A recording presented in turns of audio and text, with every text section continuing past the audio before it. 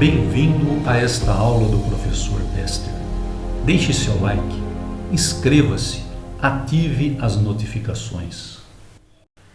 Hoje nós vamos trabalhar com análise nodal. Nós vimos a análise de circuitos pelo método das malhas.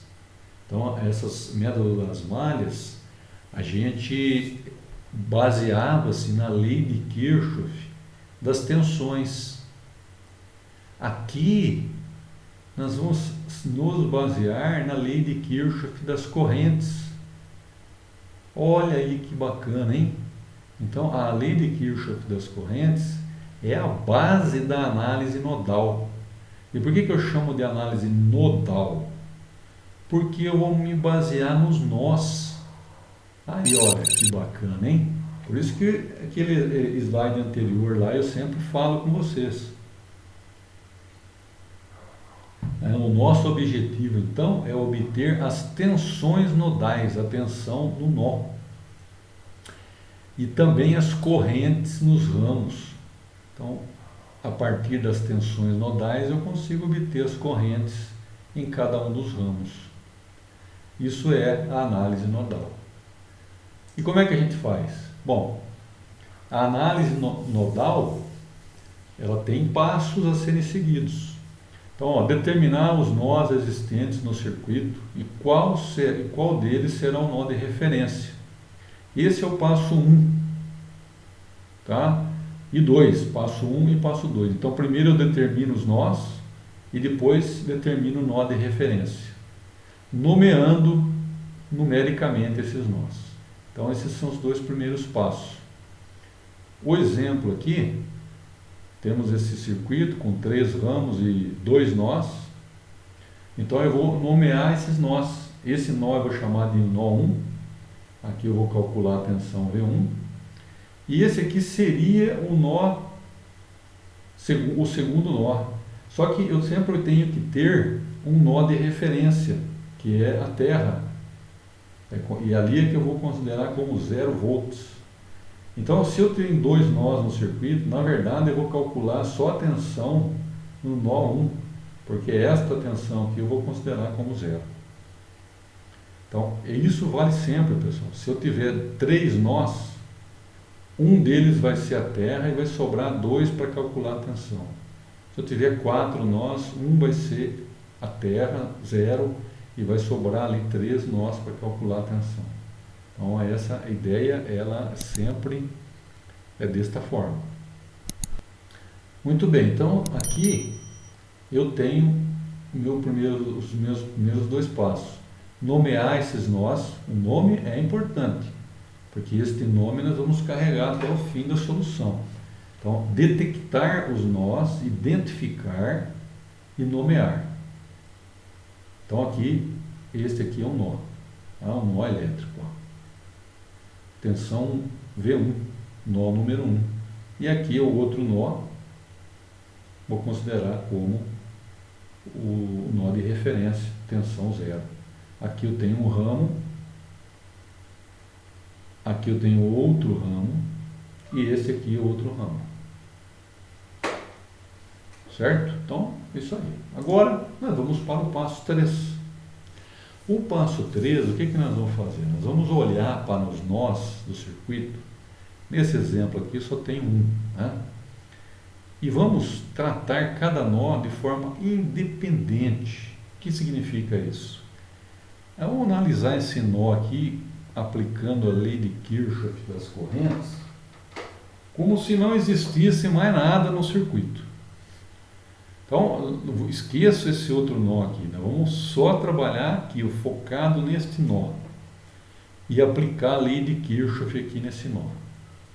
Então, vamos lá. O que está acontecendo aqui, nesse nó? Eu tenho uma fonte de corrente aqui. Se eu tenho uma fonte de corrente, obrigatoriamente neste ramo, a corrente tem esse sentido e tem esse valor. E esse é o papel da fonte de corrente, é estabelecer uma corrente fixa, tá? E com sentido fixo.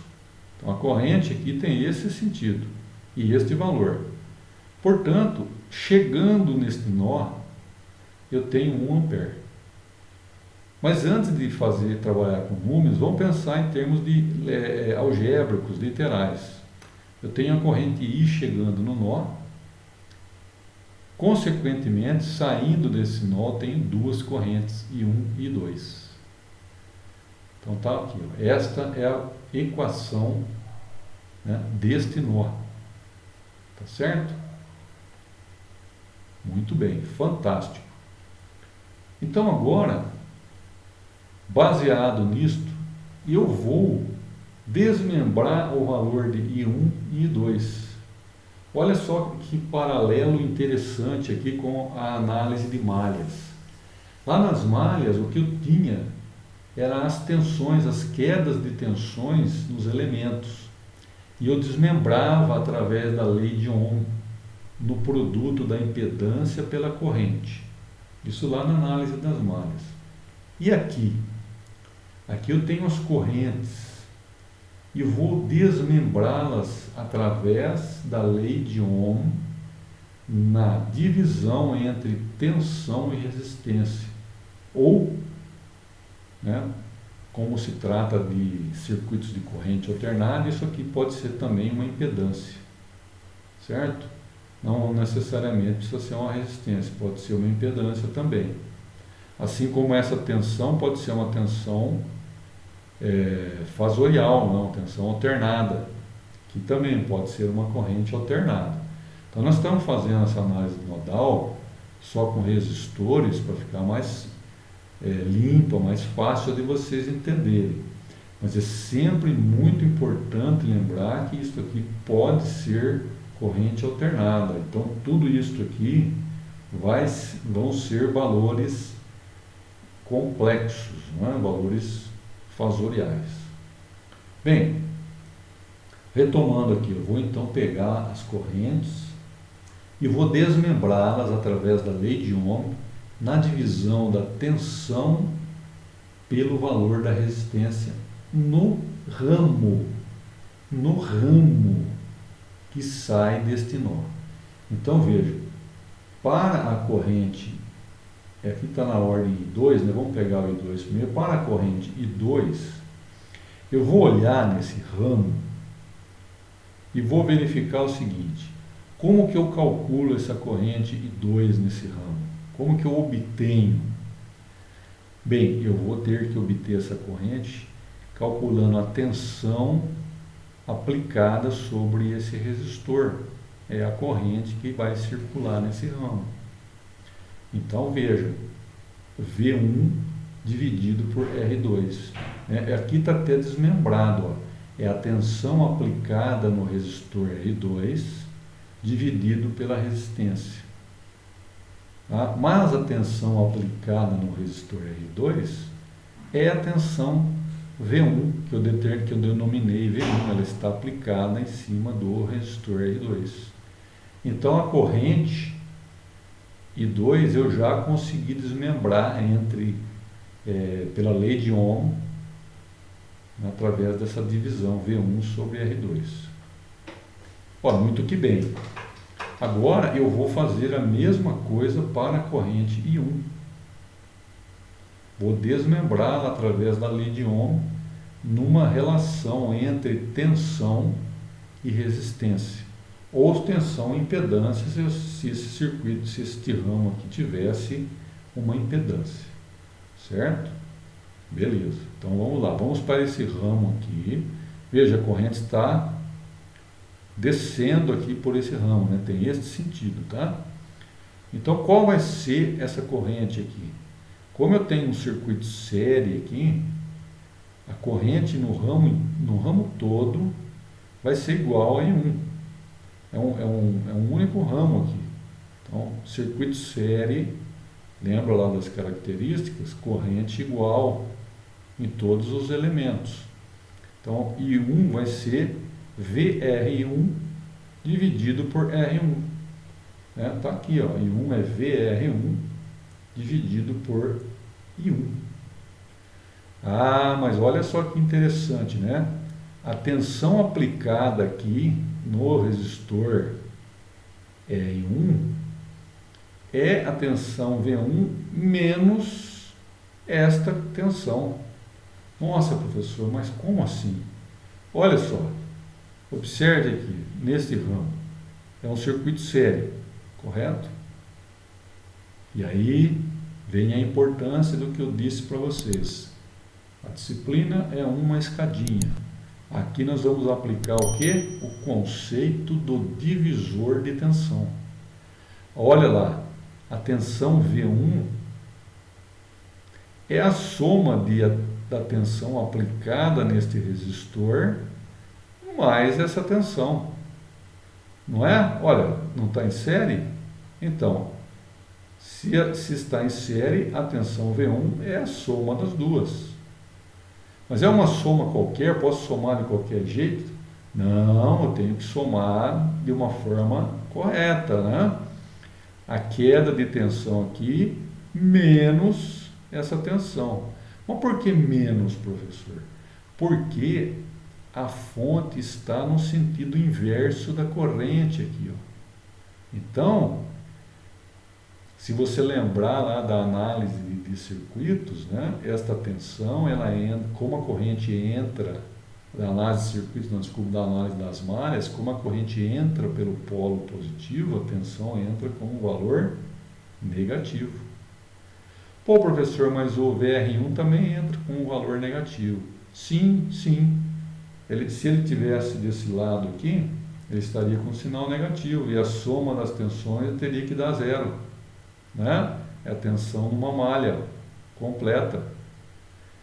Mas como eu passei o VR1 para o lado de cá, então ele ficou positivo. Mas veja, eu tenho que lembrar de vários conceitos aqui, ó, divisor de tensão e malha.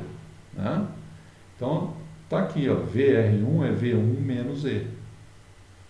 Ok? Ok, então eu já consigo agora escrever as duas correntes I1 e I2 a partir da tensão nodal V1. Certo? Isso que é importante, eu tenho que escrever as correntes a partir da tensão nodal. Professor, mas e essa corrente não teria que escrever também? Sim. Você precisa escrever, mas só que você não precisa se preocupar, porque esta corrente já está dada aqui. Olha o número dela aqui, ó, o valor dela. 1 ampere. Então, acabou. Vou substituir o valor aqui. Aqui eu tenho o valor de R2? Tenho, vou substituir. Eu tenho o valor de E aqui? Tenho também, vou substituir. Mas e o valor de V1, professor? Esse é exatamente o que eu quero calcular. Este é o meu objetivo, por isso que a análise chama-se nodal, é descobrir as tensões dos nós. Beleza, professor, então aqui eu tenho uma equação em que eu substituo o valor de I1, substituo o valor de I2, olha, isso aqui é I2, ó. Como assim, professor? V1 menos E dividido por R1. Eu só separei aqui os termos, né? Mas é V1 menos E dividido por R1. Né? Ó, V1 menos E dividido por R1. Está aqui, ó. Esse aqui é o valor de I1. E este aqui é o valor de I2. Olha aí que bacana. Tudo isso aqui são números. Eu só vou... Ó, isso aqui é número, isso é número, número, número, número. Só sobrou V1 como incógnita. Mas vamos deixar essa equação ainda mais bonitinha. Vamos colocar o V1 como... em evidência. Vamos colocar o V1 em evidência. Aí eu coloco em evidência. Olha o que sobra aqui dentro. 1 sobre R1 mais 1 sobre R2. Olha aqui a condutância, pessoal. Viu porque eu falei que a condutância é importante? Olha, 1 sobre R é condutância. Então aqui, depois mais à frente, a gente vai ver que olhando para o circuito, você já consegue chegar nessa equação. direto. Olha, é fantástico, pessoal. Esse método da análise nodal, ele é tão bacana que você olha para o circuito e rapidamente você chega nessa equação. Só que tem que lembrar desses conceitos que eu comentei com você, ó, condutância, né? Ramo, o que é nó, queda de tensão, tudo isso é importante. Então vamos lá, voltando aqui, ó, seguindo os passos que a gente está detalhando. V1 é 1 sobre R1 mais 1 sobre R2. V1 multiplicado, né? Eu só tirei ele em evidência, está dividindo R1 e dividindo R2. Eu só coloquei em evidência. E esse termo aqui, deixei aqui separado. Tá? Por quê? Porque esse aqui é um número. Então eu vou passar para o lado de cá da igualdade, ó, separar junto com esse 1 ampere aqui, que é o valor da corrente. Eu coloco ele para o lado de lá, ele vai com um sinal positivo aqui. Aí fica deste lado o valor de a incógnita e esses dois valores multiplicando a incógnita. Ah, mas agora ficou fácil, hein, professor? Esse termo aqui, eu passo desse lado dividindo e consigo calcular V1. Isso, exatamente, né? E aqui eu até coloquei esse aviso para lembrar vocês que isso aqui são condutâncias, né? E quando a gente trabalha com corrente alternada, daí aparece também a susceptância, ou melhor, a admitância, né? Aqui vai aparecer a admitância. E neste caso é muito mais fácil do que trabalhar com a impedância.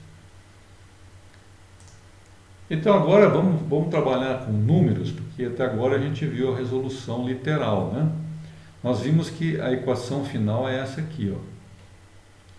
Essa foi a equação que nós chegamos. Bom, agora vamos colocar os números aqui para a gente fazer as contas. Então R1, R2, a tensão é 1, R1, a corrente da fonte de corrente, que nós já tínhamos até colocado o valor dela aqui. E fazemos as continhas, né? Faço a soma dessas frações, dá 1 sobre 4. Aqui 4 mais 1 dá 5. Então, na verdade o V1 é 20 volts. Pronto, pessoal, olha que bacana, consegui calcular esta tensão aqui. Essa tensão no nó, 20 volts. Mas é 20 volts em relação ao que, professor? Que a tensão, quando eu falo assim, tensão de 20 volts, é sempre em relação a alguma coisa. Né? Lembra lá das figuras dos medidores? Não tem sempre duas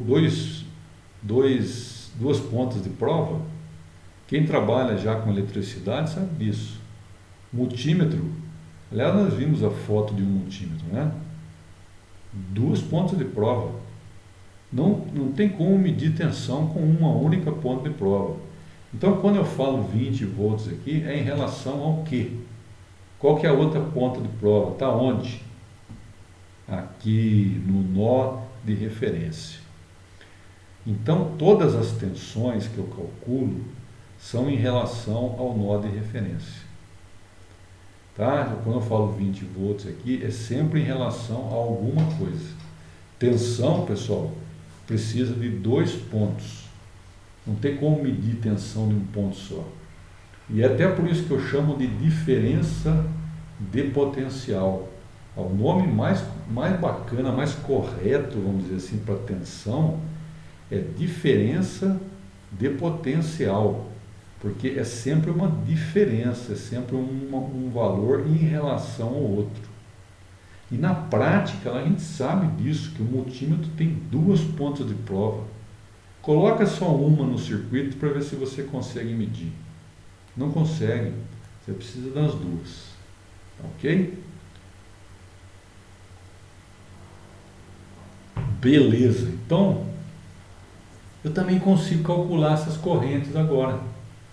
Porque lembra, ó, só voltando no slide anterior, a corrente I1, olha, a corrente I2 não é V1 sobre R2? Se eu tenho o valor de V1, eu consigo calcular I2. Tá? I1, qual que é o valor de I1? I1 está aqui, ó. É V1 sobre R1 menos E sobre R1. Isso aqui eu já tenho, mas eu acabei de calcular V1. Então eu também consigo calcular I1. Olha aí que bacana, hein? Então agora eu consigo calcular a corrente I1. Ó, V1 menos E sobre R1. Menos 0,67. Nossa, professor, está tudo errado, velho. Menos? Não tem nada errado, pessoal. O que significa esse menos mesmo?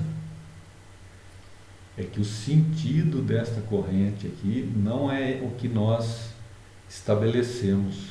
Ele é um sentido contrário, mas o valor está correto. Então, esse menos que aparece no final de uma solução para as correntes, significa o quê? Que essa corrente aqui tem sentido inverso daquele que nós adotamos. Professor, poderia encontrar um valor negativo para a tensão calculada? Sim, perfeitamente. E o que significa isso? Significa que este potencial aqui seria menor do que este. Na verdade, aqui eu teria o positivo e aqui o negativo. Tá? Mas eu estou colocando o positivo na Terra, não tem problema. Tá? Se você quiser refazer o circuito e trocar a Terra, colocar aqui, tudo bem. Tá? Se eu fizesse isso a partir desse circuito, colocasse esses 0 volts aqui e colocasse um nó 1 nesse ponto, eu iria encontrar menos 20. E aí a minha conclusão é o quê? É que na verdade o ponto de terra deveria estar em outro lugar, mas o valor está correto. Então esses sinais negativos ao final da solução não significa que está errado. É simplesmente que a polaridade que nós adotamos no começo não é aquela, ela está invertida. E para calcular I2 eu uso direto aquela relação da lei de Ohm que eu tinha estabelecido, né? V1 sobre R2 e aqui o valor. Gostou da aula? Deixe seu like, inscreva-se. Veja essas duas sugestões para aprimorar ainda mais os seus conhecimentos.